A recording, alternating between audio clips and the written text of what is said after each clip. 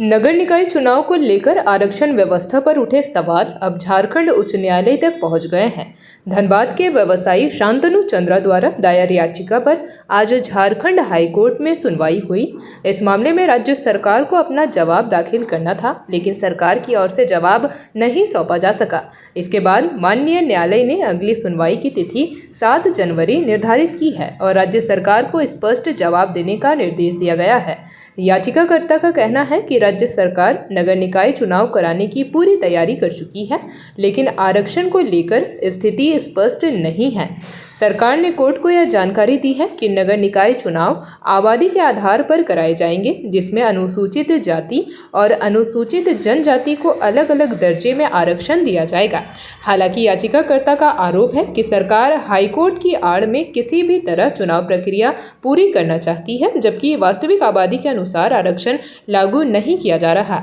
शांतनु चंद्रा ने अपने याचिका में विशेष रूप से धनबाद जिले का मामला उठाया है। उनका कहना है कि धनबाद जिले में अनुसूचित जनजाति की आबादी अधिक है, इसके बावजूद जिले को वह दर्जा और आरक्षण नहीं दिया जा रहा जिसका वह हकदार है। उन्होंने उदाहरण देते हुए कहा कि आबादी के आधार पर रांची जिले को विशेष दर्जा दिया गया है, वहीं आदित्यपुर को भी यह दर्जा प्राप्त है, तो फिर धनबाद को इससे वंचित क्यों रखा जा रहा है। इसको लेकर जेबी भारत लाइव की टीम ने शांतनु चंद्रा से की खास बातचीत। देखें यह खास रिपोर्ट। देखिए, आज जो आरक्षण को लेकर जो याचिका मैंने जो दायर की थी सरकार के खिलाफ कि इन्होंने एक अधिसूचना जारी किया था, उस अधिसूचना के आधार पर धनबाद जो वो अनारक्षित हो रहा था, जबकि रिजर्वेशन पॉलिसी कहता है कि धनबाद आरक्षित होना चाहिए एससी वर्ग के लिए, क्योंकि इन्होंने 2011 को जनसंख्या को आधार मानते हुए जनसंख्या के आधार पर इलेक्शन कराने की बात कही है अपने अधिसूचना में।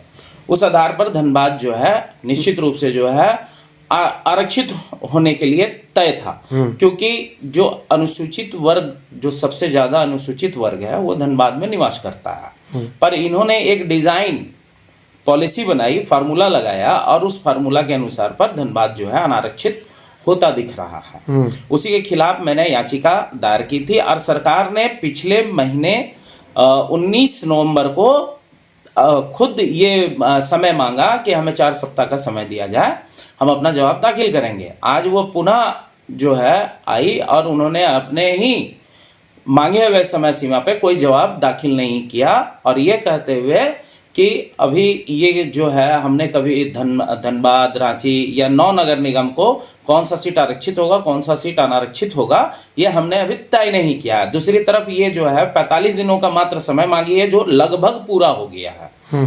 तो ये बताए सरकार कि एक तरफ आप 45 दिन का समय मांग रहे हैं कि हम इलेक्शन करा लेंगे, और दूसरी तरफ आज आप कोर्ट को फिर से गुमराह कर रहे हैं कि हमने तो अभी पूर्ण रूप से तय नहीं किया है। तो इनकी जो मंशा है स्पष्ट और साफ तौर पे दिखती नजर आ रही है कि दलितों के प्रति इनकी का रवैया है। शांतनु चंद्रा, धनबाद। झारखंड निकाय चुनाव को लेकर सरकार की जो तैयारियां हैं वो लगभग पूरी हो चुकी हैं और खासकर अब बाकी है तो औपचारिक घोषणाएं। बताते चले कि पूर्व में एक नोटिफिकेशन जो है वो झारखंड सरकार के द्वारा जारी किया गया था, जिसमें झारखंड में निकाय चुनाव को लेकर महापौर की जो सीटें थीं उसे 2 कैटेगरी में बांटी गई थी, ए और बी। ए यानी कि जहां 10 लाख से ज़्यादा की आबादी है उसे अनारक्षित किया गया था, और बी वो कैटेगरी थी जहां 10 लाख से कम की जो सीट है उसे आरक्षित किया गया था। और इसको लेकर जो धनबाद के व्यवसायी हैं शांतनु चंद्रा जी ने, उन्होंने हाई कोर्ट में याचिका दायर की थी और ख़ासकर 17 तारीख को इसकी सुनवाई होनी थी। और इस सुनवाई में क्या कुछ नतीजे आए हैं और सरकार ने अपनी तरफ से क्या कुछ पहलू रखा है, हम सीधा उनसे जानते हैं और जानने की कोशिश करते हैं कि आखिर क्या ज़रूरत थी कि इस तरह की याचिका दायर करने की। देखिए, ये याचिका मैंने निजी स्वार्थ के लिए नहीं किया।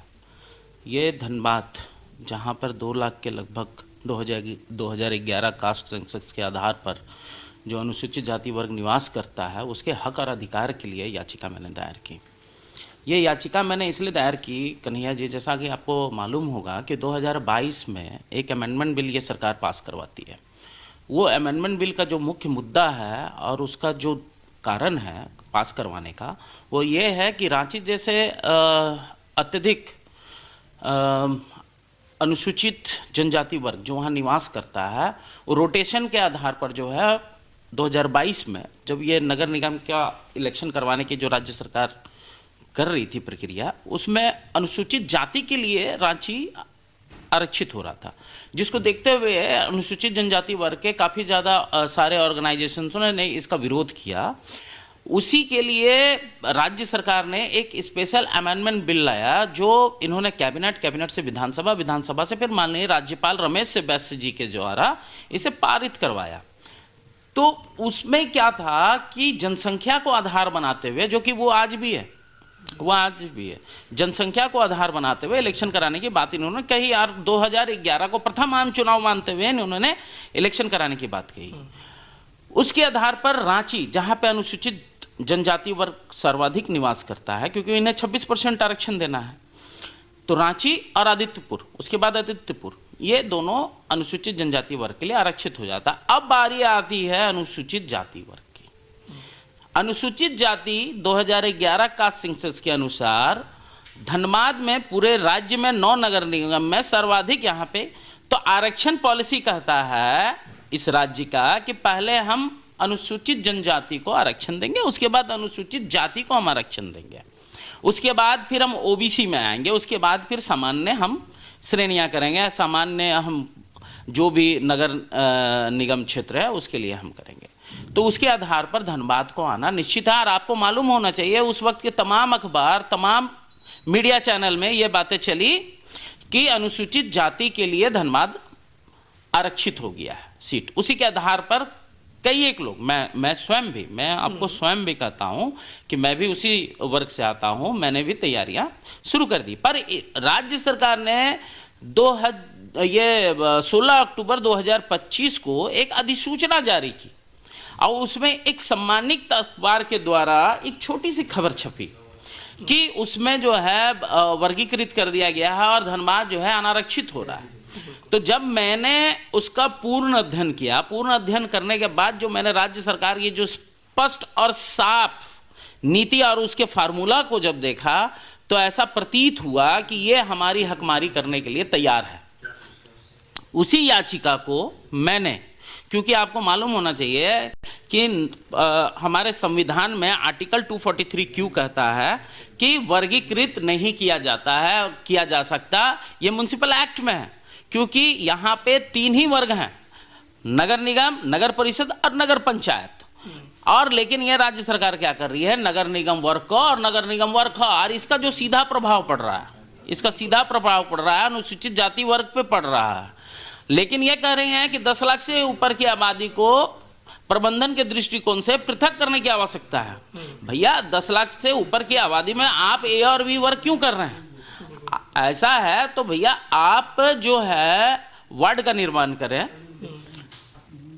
नगर आयुक्त 1 की जगह 2 लें, अपर नगर आयुक्त 1 की जगह 2 यहाँ पे पदस्थापित करें। तो आप ऐसा नहीं करके जो इसका सीधा दुष्प्रभाव जो है अनुसूचित जाति वर्ग पे पड़ रहा है, इसी के लिए मैंने याचिका जो है माननीय उच्च न्यायालय में किया और माननीय उच्च न्यायालय ने इसे सहजतापूर्वक स्वीकार किया। और इसी राज्य सरकार ने पिछले डेट में जो 19 नवंबर को डेट था, उसमें इन्होंने कहा कि सर हम 1 महीना का हमें समय, 4 सप्ताह का समय दिया जाए, हम जो है अपना जवाब दाखिल कर देंगे। पर ये कल नगर विकास, राज्य सरकार और चुनाव आयोग, इनके तरफ से जो भी अधिवक्ता थे, उन्होंने पुनः कहा कि सर हमने तो अभी तक कोई प्रक्रिया पूरी नहीं की, हम अभी जो है किस नगर निकाय में आरक्षण देना है नहीं देना है, हमने उसकी अभी कोई घोषणा नहीं किया है, ये प्रीमेच्योर केस है, इसे आप ना सुने। पर माननीय उच्च न्यायालय ने इसे संज्ञान में लेते हुए मैंने, हमारे अधिवक्ता विनोद सिंह जी ने कहा कि आपने 45 दिन का इसी न्यायालय में अल्टीमेटम दिया कि हम 45 दिन के अंदर, और वो रोशनी खलको जी का जो 45 दिन था वो लगभग पूरा होने जा रहा है। एक तरफ आप वार्ड का आरक्षण, आपको पता होना चाहिए कि पूरे राज्य में कई एक नगर निकाय है जहां पे वार्ड का आरक्षण घोषित कर चुका है कि भैया हम अपने इस वार्ड में यहाँ पे इस वर्ग को, इस श्रेणी को हम आरक्षण दे रहे हैं या नहीं दे रहे हैं या सामान्य में रख रहे हैं। अभी मेरे याचिका के बाद ये कह रहे हैं कि नहीं, हमने तो अभी तैयारी पूरी नहीं की है। तो हमें तो माननीय न्यायालय ने कड़ी फटकार लगाते हुए कहा कि आप 7 तारीख को, आगामी 7 जनवरी को आप अपना काउंटर एफिडेविट किसी भी हाल में दाखिल करें। आपको मालूम होना चाहिए कि 24 तारीख को कोर्ट बंद हो रहा है और 5 तारीख को कोर्ट पुनः खुल रहा है। तो माननीय उच्च न्यायालय ने इसे गंभीरतापूर्वक लेते हुए यथाशीघ्र राज्य सरकार, नगर विकास और राज्य निर्वाचन आयोग को कहा कि आप अपना जवाब दाखिल करें। तो ऐसा हमें प्रतीत होता है कि हम जिसके माननीय उच्च न्यायालय के शरण में गए हैं वहाँ हमारा सम्मान होगा। लेकिन एक जो बात हो रही थी, जैसे कि हमने शुरुआत में भी कहा था कि ए और बी में कैटेगरी में बांटा गया था जनसंख्या के आधार पे, तो धनबाद को अनारक्षित इसलिए किया गया था कि 10 लाख से ज़्यादा की आबादी है। तो आखिर यहाँ पे जो आबादी है एससी की, अगर हम बात करें तो क्या है, आपके हिसाब से क्या लगता है? आपको बड़ा दिलचस्प ये मुद्दा मोड़ लेता हुआ दिखेगा।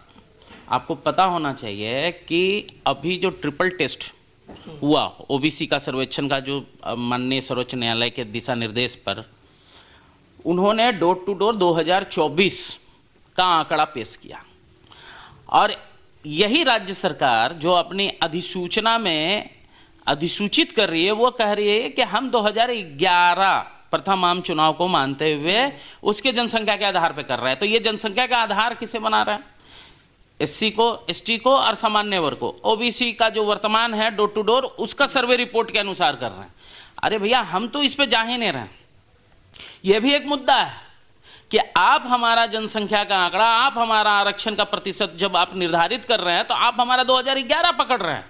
अब ओबीसी का जब आप कर रहे हैं, लेकिन हम किसी वर्ग या विशेष के विरोधी नहीं हैं, हम उन पे कोई लांछन नहीं लगा रहे हैं या हम उनके खिलाफ कोई याचिका दायर नहीं कर रहे हैं।